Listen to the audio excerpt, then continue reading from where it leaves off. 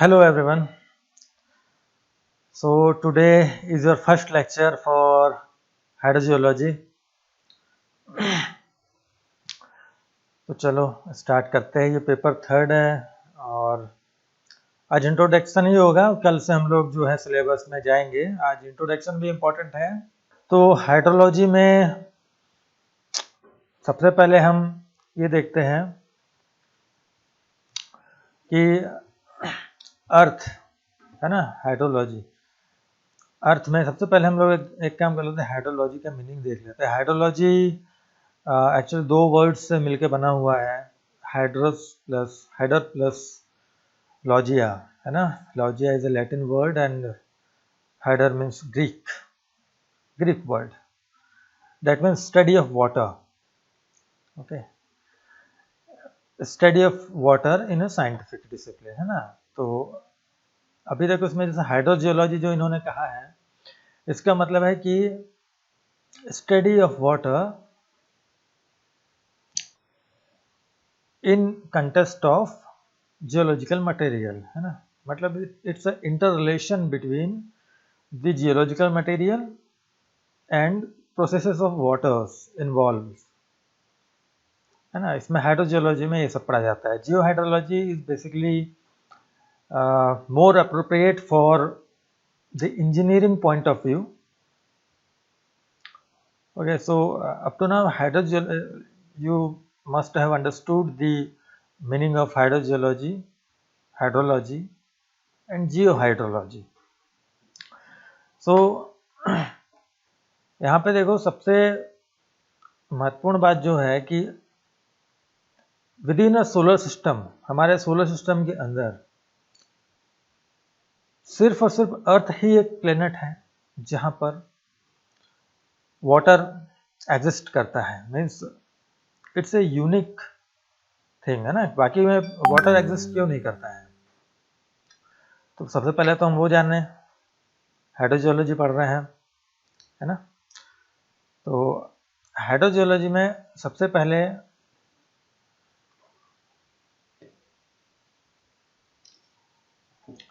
हाँ, तो हमारा जो वाटर है वो अर्थ पे एग्जिस्ट करता है। इसके पीछे रीज़न क्या है ना। सो द बेसिकली द मतलब ये आपको किसी बुक में नहीं मिलेगा। ये बीइंग अ हाइड्रोजियोलॉजिस्ट मीन्स यदि हम ये पढ़ रहे हैं तो ये पता होना चाहिए, है ना। तो देखो, वाटर के कौन कौन से स्टेट्स है जिसमें वो एग्जिस्ट कर सकता है। तीन तरह की स्टेट्स होती है, तीन चार भी होती, तीन बेसिकली हम वाटर के लिए, सॉलिड, वेपर, गैस। ये तीन तरह की स्टेट्स है। ये तीनों स्टेट्स एक पर्टिकुलर टेम्परेचर एंड प्रेशर में एग्जिस्ट करती है and that particular temperature and pressure is available in our earth, है ना। and that particular point is called the triple point. Okay, the triple point of water, ठीक है। triple point of water, see here, triple point of water means solid, liquid and vapor, 3 points. Okay, triple point of water which existing on the earth surface at a particular temperature and pressure, that's called triple point, है ना। तो ये इसके पीछे reason है कि triple point जो है, triple point temperature is 273.16 kelvin and the pressure is about 611 pascal. ये एग्जिस्ट करता है हमारे अर्थ में and this is the reason कि हम जब स्पेस क्राफ्ट से अर्थ को देखते हैं तो अर्थ हमें ब्लू ग्रीन कलर में दिखाई देती है, बाकी सारे प्लैनेट्स के से सबसे अलग, है ना। पूरे सोलर सिस्टम से में सबसे अलग हमारा प्लैनेट अर्थ दिखाई देता है ना, blue green and little white too, है ना। वाइट क्यों? बिकॉज जो ओशियन, चूंकि 71% ओशन कवर किए हुए हैं अर्थ को, ह्यूज एरिया कवर किया हुआ है, 71%। ओके, ह्यूज एरिया कवर करके रखा हुआ है, तो ब्लू दिखता है बट उस ओशन के ऊपर में क्लाउड्स होते हैं, वो देते हैं little whitish appearance of the earth. Okay, blue, green, whitish. Okay, so you are now getting the point, है ना. since earth coexist तो ठीक है, phases possible, तो phases are possible, the water cycle is here, है ना. ये जो तीनों phases यहाँ पर अर्थ में अवेलेबल है, इसलिए यहाँ पे वाटर साइकिल अवेलेबल है ना. वाटर साइकिल का मतलब ये होता है, वाटर साइकिल मतलब हाइड्रोलॉजिकल साइकिल. ओके, यहाँ पर आप लोग सब जानते होंगे हाइड्रोलॉजिकल साइकिल क्या है, बट इसको हम थोड़ा और अच्छे से पढ़ेंगे. यहाँ पर मैं जरा बेसिकली थोड़ा बता दूँ फंडामेंटल क्या है. देखो, वाटर साइकिल में क्या है कि वाटर का मूवमेंट है. कहाँ कहाँ पे है वाटर का मूवमेंट? एटमॉस्फेयर में है, अर्थ सरफेस में है, and upper portion of the lithosphere में है ना. ये तीन प्लेसेस है जिसमें कि water through the different processes move करता है. इट्स अ साइकिल, है ना. और इसका ड्राइविंग फोर्स कौन है? ड्राइविंग फोर्स है sun. Without sun does it possible the water cycle will run? अच्छा चलो, साइकिल है ये, तो कहाँ से स्टार्ट होता है? ये स्टार्ट होता है ओशन से. मतलब more appropriately we can consider from the ocean because it contributes, ये ज़्यादा अमाउंट में वाटर कंट्रीब्यूट करता है, चाहे स्टोरेज में हो चाहे इवेपोरेशन में हो, ये ज़्यादा अमाउंट में वाटर कंट्रीब्यूट करता है. That's the reason we can appropriately considered the water cycle starts from the ocean. तो अभी ये पता होगा कि वाटर क्यों अपने अर्थ में है. आई थिंक ये सब क्लियर होगा. अभी अब हम लोग अब आगे चलते हैं. ये नई चीज़ है, आपको कभी पता नहीं होगी, मतलब पता कभी सुने भी नहीं होंगे कैसे मतलब ये होता है ना. तो ट्रिपल पॉइंट देखो यहाँ पे ये है ना. बाकी सारी चीज़ें तो नॉर्मल है हाइड्रोलॉजी में, है ना. ये जो है, ये देखो ट्रिपल पॉइंट है यहाँ पे, है ना जी. ये सॉलिड वाला फील्ड है, लिक्विड वाला फील्ड है ना. इसको सेपरेट करती है लाइन, फेज लाइन. और ये जो लाइन है ये वेपर, लिक्विड और सॉलिड को सेपरेट करती है. ठीक है, देखो ये क्रिटिकल पॉइंट है. क्रिटिकल पॉइंट मीन्स इसके अबव यदि पॉइंट होता है ये ट्रिपल पॉइंट, तो यहाँ पे अर्थ में ये कंडीशन जनरेट नहीं होती और यहाँ पे वाटर एग्जिस्ट नहीं करता. This condition is prevailed in any other planet above critical. Means you can understand the Venus, Mars, Mercury. Okay, there could be the critical point. That's the reason those planets possesses encompasses the critical point. That's the reason they doesn't have each of the those three planets doesn't have content of water content. Okay.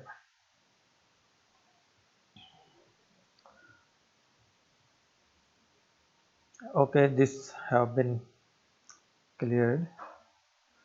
So the water property, see, this is basically portion of the hydrology, not the hydrogeology. Yes, hydrology and hydrogeology, one more difference is there. In hydrology, we study the whole water available on the earth. Okay, that water could be atmospheric water, that water could be surface water, that water could be groundwater. Okay, but in hydrogeology,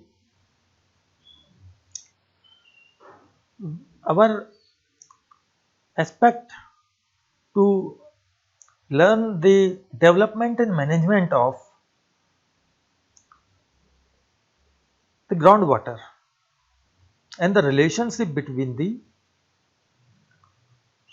interrelationship between the geologic material and the processes involved in water. Okay so तो हम यहाँ पे अभी water की बात करेंगे। ये hydrology का पोर्शन है, बट थोड़ा बहुत तो इनिशियल जो है, चूंकि इंट्रोडक्टरी लेक्चर है तो थोड़ा इंट्रोडक्शन बहुत ज़रूरी है। देखो जो वाटर मॉलिक्यूल होते हैं, हाइड्रोजन होता है H2O है ना, 2 hydrogen atoms and 1 oxygen. Okay, these atoms are bounded together by covalent forces. Okay, and form और मतलब बनाते हैं एक मॉलिक्यूल बनाते हैं ना। बट दिस मॉलिक्यूल दूसरे मॉलिक्यूल के साथ में जब बाउंड होता है तो हाइड्रोजन बॉन्ड के थ्रू बॉन्डिंग होते हैं ना, हाइड्रोजन बॉन्ड के through. Within the molecule the bonds are covalent bonds, but when the two bonds मतलब two molecules or more than two molecules are combined to each other, they are bonded by hydrogen bonds. So this is the mass density, weight density, compressibility, dynamic viscosity. So up to now you have cleared. वो देखो hydrogeology में अब जैसे हम अभी अर्थ के इसकी बात कर रहे थे, वाटर की बात कर रहे थे, तो अभी वाटर में देखो टाइप्स ऑफ वाटर होते हैं ना, अलग अलग तरीके के वाटर्स होते हैं। मीटियोरिक वाटर ये सबसे प्राइम वाटर होता है, जो रेनफॉल होती है ना, स्नो होता है, हेल होता है ना। This are the types of precipitation what I just told you. Meteoric water is the atmospheric water comes through precipitation, है ना। ये जब अर्थ सरफेस में आता है तो डायरेक्ट या तो किसी डिप्रेशन में, डिप्रेशन इन द सेंस कि वाटर बॉडी जहाँ पे कि वाटर कलेक्ट होता है ना, या तो अर्थ सरफेस में जाता है, किसी रॉक्स के ऊपर में गिरेगा या किन्हीं पोरस मटेरियल के ऊपर में गिरेगा। पोरस मटेरियल यदि precipitate, if the water is precipitating over the porous material, water gets infiltrate, and if meteoric water precipitate over the rocks, hard rocks, it will run off. Okay, it will run off. The process is called runoff. ठीक है, तो meteoric water I think cleared और resulted from the atmosphere, है ना, यहाँ से generate होता है ये। उसके बाद में देखो जुवेनाइल वाटर, है ना, मतलब मेटेरिक वाटर सबसे बेसिक है, ये पता होना बहुत जरूरी है ना। चलो उसके बाद में कौन सा देखें, जुवेनाइल देख ले। Juvenile water is a new water, है ना। जुवेनाइल न्यू वाटर मतलब ये देखो न्यू वाटर क्यों कह रहे हैं, ऐसा water which is been out of contact, और इसे बहुत अच्छे से कहना चाहिए, more precisely we can say the water which is not a part of hydrological cycle, but वो अभी मतलब जो है वो ओरिजिन हुआ है उस वाटर का, अभी बना है। जैसे कॉस्मिक ओरिजिन के वाटर्स होते हैं, है ना, वो हाइड्रोलॉजिकल साइकिल का पार्ट नहीं था, कहीं से आया है। जैसे न्यू वाटर है ना, जैसे कॉस्मिक, जैसे मान लो कोई मेटेओराइट्स आ रहा है, meteorites that carry water molecules with them, है ना। अब वो तो हाइड्रोलॉजिकल साइकिल का पार्ट नहीं था ना, नया आया है। ओके, दूसरा कि यदि न्यू वाटर बनता है ना, जैसे न्यू वाटर बनता है किसी भी प्रोसेस के थ्रू, है ना, अर्थ में यदि न्यू वाटर बनता है उसे जुवेनाइल वाटर कहते हैं, ठीक है। उसके बाद में मेटामॉर्फिक वाटर, अच्छा उसके बाद मैग्मेटिक वाटर देख लेते हैं ना। मैग्मेटिक वाटर क्या होता है कि मैग्मा से जब वाटर बनता है ना, यदि डीप कंडीशन में, मतलब मैग्मा से वाटर बनता है का मतलब सेपरेट होता है ना। मैग्मा डेफिनेटली कंटेन करता है कुछ वाटर मॉलिक्यूल्स को, जब वो सॉलिड होते जाता है तो अपना सॉलिड होते रहता है या सेग्रीगेट होते रहता है, तो उससे वाटर सेपरेट होता है ना। वाटर मॉलिक्यूल सेपरेट होता है, वाटर सेपरेट होता है। If that magmatic water, if that water separates at deep conditions, Okay, that is called magmatic or plutonic water. Okay, that is called magmatic plutonic water if deep, and magmatic volcanic water if shallow. Shallow means 3 to 5 kilometer from the earth's surface. That is called magmatic water. Oceanic water, this is the surface body water. uh, this is a combination of, this ocean water is a combination of see, ये discharge भी होता है. 1 second. Hello. हाँ, good morning.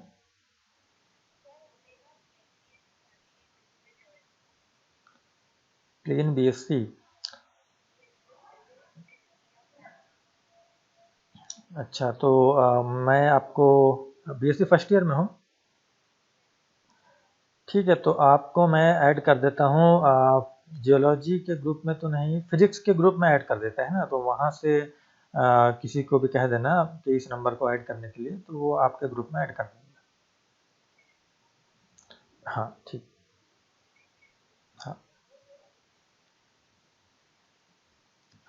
हाँ, तो oceanic water is a combination of meteoric water, means direct precipitation होता है meteoric water का ओशियन में, है ना. उसके साथ में जो ग्राउंड वाटर होता है वो भी डिस्चार्ज होता है ना. साथ ही में जो सरफेस वाटर होता है वो भी ओशियन में डिस्चार्ज होता है ना. तो ये सारे तरीके से वाटर इसमें डिस्चार्ज होता है. अब देखो, उसके बाद में ओशियनिक वाटर क्लियर है, meteoric water, magmatic water, juvenile water, metamorphic water. Metamorphism की जब प्रोसेस होती है, तो जब न्यू मिनरल्स डेवलप होते हैं, है ना, मेटामॉर्फिक रॉक्स में, तो H2O मॉलिक्यूल्स, वाटर जो है वहां से एक्सट्रैक्ट होता है, सेपरेट होता है. Okay, magmatic is different. Okay, metamorphic is different. All processes, मतलब मेटामॉर्फिक में जितनी भी प्रोसेसेस होती है सारी सॉलिड स्टेट में होती है, और मेटामॉर्फिक में जो वाटर होता है वो सेपरेट हो जाता है ना, एलिमेंट्री लेवल पे सेपरेट हो जाता है. Metamorphic water is that. उसके बाद कोनेट वाटर. कोनेट वाटर क्या होता है? Fossil water. इसे फॉसिल वाटर भी कहते हैं. ये अनमेटामॉर्फोज्ड रॉक में, देखो इसका कोनेट वाटर का मैं एग्जांपल दूं कैसे होता है. कोनेट वाटर मीन्स जो एटमॉस्फेयर से एक अप्रिशिएबल जियोलॉजिकल टाइम के लिए कट ऑफ हो जाता है ना. वो एक अप्रिशिएबल जियोलॉजिकल टाइम के लिए कट ऑफ हो जाता है, ये कोनेट वाटर कहलाता है. ये हाईली मिनरलाइज्ड भी होता है. तो इसको समझने के लिए ऐसा समझो, जैसे सब लोग जानते हैं सबडक्शन जोन है ना. सबडक्शन जोन में क्या होता है, एक प्लेट दूसरी प्लेट में सिंक होती है. हायर जो डेंस प्लेट होती है that subducts under the lighter one. तो जब अपने साथ में वो जाता है, जब ओशन ओशन कन्वर्जेंस होता है, ओशन ओशन प्लेट कन्वर्जेंस होती है, तो एक प्लेट दूसरे प्लेट के अंदर जाती है ना. अब उसमें क्या हो रहा है, जो डेंस प्लेट है जो अंदर जा रही है, वो अपने साथ में वाटर भी लेके जाती है ना. वाटर सेडिमेंट्स जो प्लेट्स के ऊपर में है वो सेडिमेंट्स भी लेके जाती है. With in that sediments the water is trapped, okay, for appreciable geological time. And इसके ऊपर काफी रिसर्च भी चल रही है, बहुत सारे रिसर्च पेपर्स भी हैं इस कोनेट वाटर के ऊपर में. ठीक है, तो अभी इतना तो ठीक है. अभी हम लोग 4 बुक हैं असल में जो हम लोग प्रेफर करेंगे. एक है अप्लाइड, एक है ये CW फिटर अप्लाइड हाइड्रोजियोलॉजी, दूसरी है Todd, David K Todd. Third edition और second edition both are good. It's fourth edition, it's okay. Okay,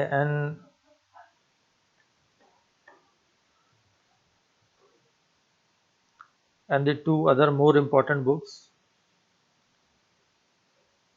ground water assessment, development and management. ठीक है, ये physical and chemical hydrogeology by Patrick K Domenico. Fantastic book. तो ये सब चारों जो books है ये अरेंज कर लेना। There are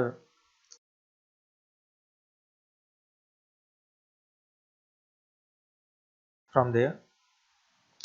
So these are the references. Tomorrow we go through the syllabus, है ना। कल हम लोग पढ़ेंगे distribution of water, surface and subsurface, hydrological cycle, precipitation and it's type. और कल हम लोग जो है फर्स्ट यूनिट कंप्लीट कर लेंगे। मैं थोड़ा लंबा वीडियो बनाऊंगा ताकि जो है समय भी कम है। और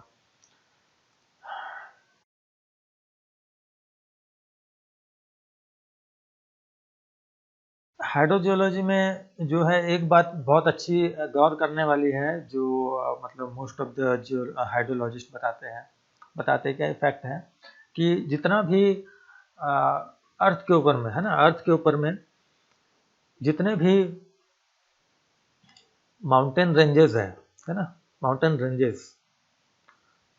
रेंजेस के बाजू में, मतलब besides the mountain ranges, major river systems, major hydrological systems been developed, है ना। ये बहुत अच्छा है। जैसे हमारे हिमालय के बाजू में